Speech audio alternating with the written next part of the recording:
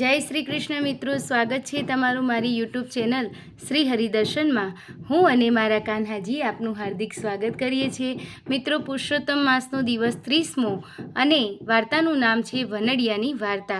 એક બહેનને 7 ભાઈ 7 ભાઈ પરણી ઉઠ્યા. બહેને તો અખંડ કુમારિકા રહેવાનું વ્રત લીધું.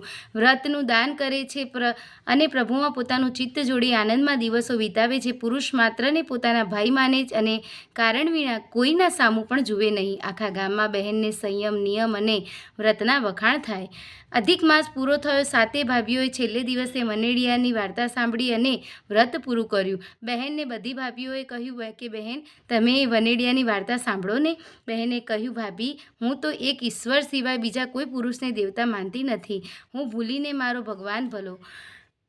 બહેને આવા બોલ સાંભળી અને વનેડિયા દેવ ક્રોધે ભરાયો. કોઈને કોઈ રીતે એણે બહેનને કાળી ટીલ્લી ચડાવવાનો પ્રયત્ન માંડ્યો.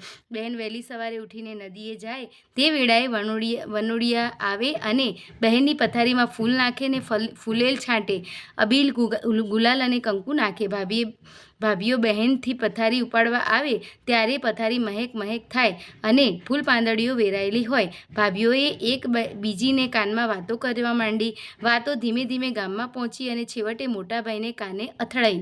મોટાભાઈએ વિચાર કર્યો, લોકો ગમે તે કહે પણ આંખે જોયા સિવાય બહેન ઉપર આડ કરી સી રીતે ચડાવાય. રાત પડી, બધા ઊંઘી ગયા. ભાઈઓ તો ઉઘાડી તલવાર લઈને બહેનના ઓરડા પાસે સંતાઈ રહ્યો. પરોઢિયું થવા આવ્યું અને બહેન તો ઉઠીને નદીએ ગયા.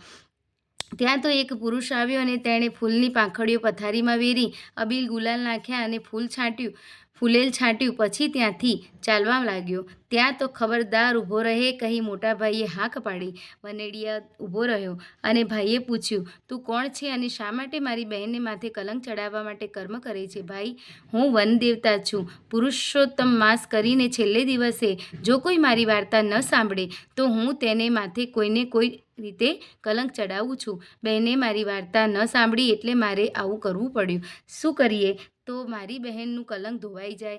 મોટાભાઈએ વનદેવતાને પૂછ્યું. વનદેવતાએ બોલ્યા, વાડને વડું, પાડને પૂરી, લહેરને લાડુ ને રાંકને રોટી આપીને મારી વાર્તા સાંભળે તો તેને માથે ખોટું કલંક લાગે નહીં અને લાગેલું કલંક ધોવાઈ જાય છે.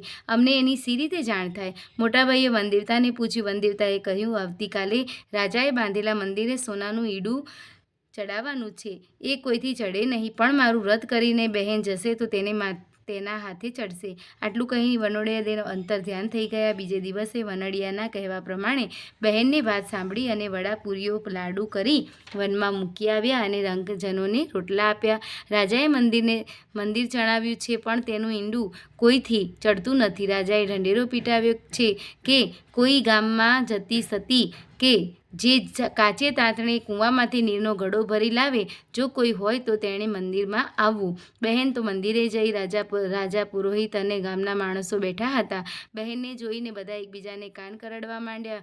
રાણ શું કરવાની હતી? સતી ઢવાનો તો ઢોંગ કરે છે, પણ આજે એના સતનું પારખું થશે. ભલે આવી. બહેને કહ્યું, રાજન, લાવો ઘડો ને સૂતર, હું કૂવામાંથી પાણી ભરી લાવું. રાજાએ સૂતર અને ઘડો આપ્યો. બહેને ભગવાનનું સ્મરણ કરતાં કહ્યું, ભગવાન, જો મેં કોઈ પુરુષનું રટણ ન કર્યું હોય અને અખંડ કુમારિકા વ્રત પાડ્યું હોય તો મારી લાજ રાખજે. એમ કહી કાચા સૂતરે ઘડો બાંધી કૂવામાં ઉતાર્યો. ઘડો ભરાયો એટલે હળવેથી તેણે ખેંચી કાઢ્યો.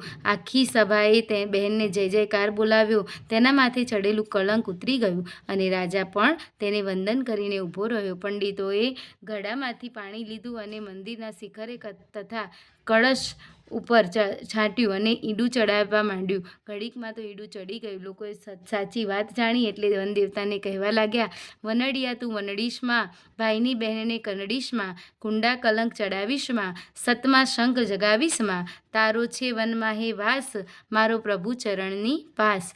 જય વનદેવતા, જય સતી બહેન, જય પુરુષોત્તમ ભગવાન.